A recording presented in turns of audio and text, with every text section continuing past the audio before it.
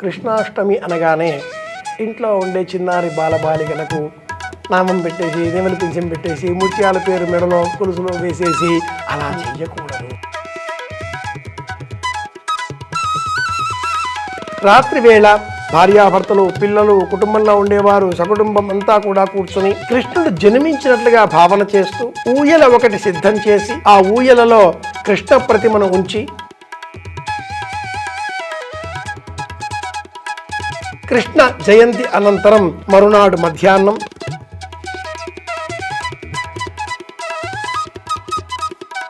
కృష్ణాష్టమి రోజు చిన్నపిల్లలు పాదాలు వేస్తూ ఉంటారు కృష్ణుడు లోపలికి వస్తున్నట్టు. అంటే అది ఖచ్చితంగా వెయ్యాలా?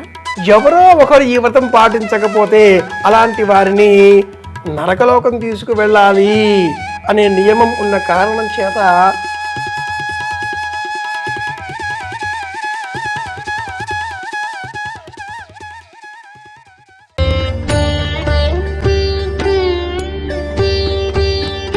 నమస్కారం గురుగారు. నమస్కారం అమ్మా. గురుగారు, అలాగే మనకి శ్రావణ మాసంలో కృష్ణాష్టమి వస్తుంది. ఈ పూజ ఎలా చేసుకోవాలి? ఈ పూజ విధానం ఏంటి? చాలా విలువైన ప్రశ్న ఇది.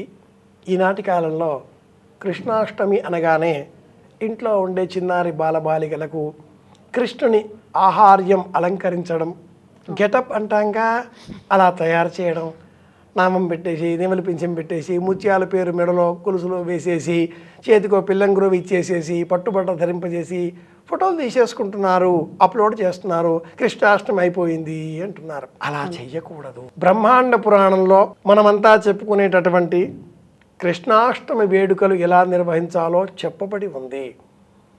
మనం చెప్పుకునేటటువంటి కృష్ణ సంబంధంగా ఉన్న కృష్ణాష్టోత్తర నామాలు బ్రహ్మాండ పురాణంలోనివి. శ్రీకృష్ణ కమలానాథో వాసుదేవ సనాతన వసుదేవాత్మజ పుణ్యో లీలామానుష విగ్రహ శ్రీవత్సకౌస్తుభధరో యశోదా వత్సలో హరి. చెబుతూ ఉంటాం కృష్ణాయ నమః, కమలనాథాయ నమః, వాసుదేవాయ నమః, జనార్దనాయ నమః, జగద్యోనే నమః, జ్ఞానమంజనాయ నమః, శ్రీవల్లభాయ నమః, చతుర్మూర్తయే నమః. ఓ నామాలన్నీ. బ్రహ్మాండ పురాణం. కృష్ణ జయంతి ఉపవాస వ్రతం. మనకుండే పండుగలలో కృష్ణ జయంతి, మహాశివరాత్రి 6 నెలల విరామంతో వచ్చేటటువంటి 2 రాత్రి వేళల నిర్వహించుకునేటటువంటి పండుగలు. ఇది హరి సంబంధమైనది, అది హరుని సంబంధితమైనటువంటిది. హరిహరులకు రెండింటికి కృష్ణాష్టమి, మహాశివరాత్రి. కృష్ణ జయంతి 2 రోజులు పాటించేటటువంటి వేడుక. మొదటి రోజు కృష్ణ జయంతి ఉపవాస వ్రతం. రాత్రి వేళ భార్యాభర్తలు పిల్లలు కుటుంబంలో ఉండేవారు సకుటుంబం అంతా కూడా కూర్చొని కృష్ణుడు జన్మించినట్లుగా భావన చేస్తూ ఊయల ఒకటి సిద్ధం చేసి ఆ ఊయలలో కృష్ణ ప్రతిమను ఉంచి అలంకరించి తదుపరి ఆ ఊయలను ఊచి కృష్ణుడికై ప్రీతికరంగా పిప్పళ్ళు ధనియాలు శొంఠి ప్రధానంగా ఇతర ఆయుర్వేద దినుసులు కూడా కలిపి కాయం చూర్ణం చేసి ఈ చూర్ణం నివేదనగా సమర్పించాలి. కాయం చూర్ణమే.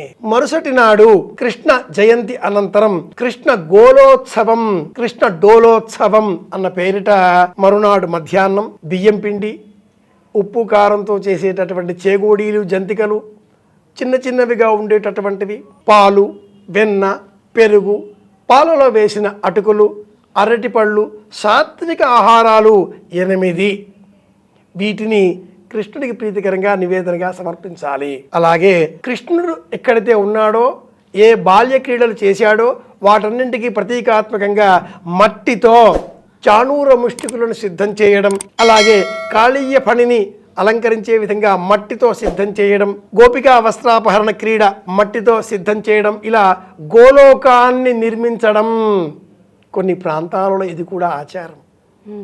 సాయంత్రం వేళ చిన్నారి బాలబాలికలతో వీధులలో లేక గ్రామ కూడళ్లలో ఉట్టి కొట్టడం అనే సరదా సంప్రదాయాన్ని పాటిస్తూ, ఆ ఉట్టి కొట్టడం అంటే ముక్తిని పొందడం అని అర్థం. ఆ ఉట్టిలో పాలు వెన్న ఉన్నవి. వాటిని కృష్ణ పరమాత్ముడు స్వీకరించి ఇతరులకు అందించాడు. తాను దొంగగా మారాడు. ఎందుకు ఇలా జరిగింది? ఇక్కడ కాదు, మధురా నగరిలో చల్లనమ్మబోదును దారి విడువుము కృష్ణ, కూచిపూడి జావళి. ఇక్కడ కాకుండా ఈ పాలు, ఈ వెన్న, ఈ మజ్జిగ, ఈ నెయ్యి వీటిని నేను మధురా నగరంలో అమ్ముకుంటాను, కాస్త కాసులు ఎక్కువగా వస్తాయి, వెళ్ళిపోతాను అంటే కృష్ణుడు నిరోధించాడు. ఈ అర్థంలో స్వీకరిస్తే ఏ పదార్థం అక్కడ వినియోగింపబడాలి, పదార్థం పైన ఆశ కాకుండా భ్రమలు విడిచిపెట్టాలి. అందుకే ఉట్టి కొట్టడం. పదార్థం పైన నాకు భ్రమ లేదు, పంచిపెట్టుకోవడం పైనే ఆనందం. అందినది అందరికీ అందించాలి, అందినది దాచిపెట్టుకోకూడదు అని బోధించే నిమిత్తమే ఉట్లు కొట్టడం అనే ఈ కథ వెనుక అంతరార్థం. గోవర్ధన పర్వతం ఇలా చిటికిన వేలిపైన నేచర్ ప్రొటెక్ట్ చేయండి అంటూ చెప్తున్నాడు కృష్ణుడు. పర్వతాలు ఉంటేనే వర్షాలు పడతాయని చెప్తున్నాడు కృష్ణుడు. కాళీయ పడిని పంపించి వేశాడు, మడుగుని కాపాడాడు, నీటి వనరులను కాపాడుకోవాలి అని చెబుతున్నాడు కృష్ణుడు. కనుక కృష్ణుడు చేసే ప్రతి క్రీడ ప్రకృతికి పర్యావరణానికి మేలు కలిగించేది. ఈ నేపథ్యంలో కృష్ణాష్టమిని జయంతిగా మొదటి రోజు ఉపవాస వ్రతంగా పాటించాలి. మరుసటి నాడు వేడుకలుగా చిన్నారి బాలబాలికలతో భాగవతం దశమస్కంధం వారికి తెలియజేస్తూ భాగవతాన్ని పూజించి తదుపరి వేడుకలు ఘనంగా నిర్వహించుకోవాలి. ఇది కృష్ణాష్టమిని నిర్వహించే విధానం. గురుగారు, ఈ కృష్ణాష్టమి రోజు చిన్నపిల్లల పాదాలు వేస్తూ ఉంటారు కృష్ణుడు లోపలికి వస్తున్నట్టు, అంటే అది ఖచ్చితంగా వెయ్యాలా? కృష్ణుడిని ఇంటిలోనికి ఆహ్వానించడం అద్భుతమైన సంప్రదాయం. ఎలాంటిది ఇది అంటే ఒక కథ ఉంది. గోపద్మ వ్రతం అనే ఒక వ్రతం. పూర్వం ఈ శ్రావణ మాసంలో గోపద్మ వ్రతారంభం అన్న పేరిట శ్రావణ శుద్ధ ఏకాదశి నాటి నుంచి ఆరంభం చేసి కార్తీక శుద్ధ ఏకాదశి వరకు పాటించేటటువంటి వారు గోపద్మ వ్రతం. ఆవు పాదాలను లిఖించడం, తులసి కోట వద్ద గుమ్మానికి ఇరువైపులా 4 ఆవు పాదాలను లిఖించినట్లయితే సంవత్సరం అవుతుంది దూడతో ఆవు. ఎందుకంటే కృష్ణుడు ఎక్కడ ఉంటాడు? ఆవుల మధ్యన ఉంటాడు. ముందర ఆవులు, వెనక ఆవులు, ఇరువైపులా ఆవులు.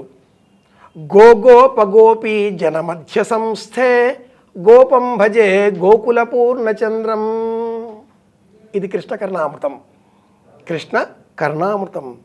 గోపగోపీ, గోవుల మధ్యన కృష్ణుడు ఉంటాడు. పూర్వం మా అన్న కృష్ణుడు, మా మరొక అన్న బలరాముడు, నాకేమిటి అనేటటువంటి ధీమాతో సుభద్రాదేవి ఈ గోపద్మ వ్రతం పాటించలేదు. అప్పుడు ఆ రోజుల్లో ద్వారకలో ఉండే ప్రతి గుమ్మం ఎదురుగా కూడా గోవు పాదాలు లిఖించేటటువంటి గోపద్మ వ్రతం అద్భుతంగా నిర్వహించారు. ఒక్క సుభద్ర తప్ప.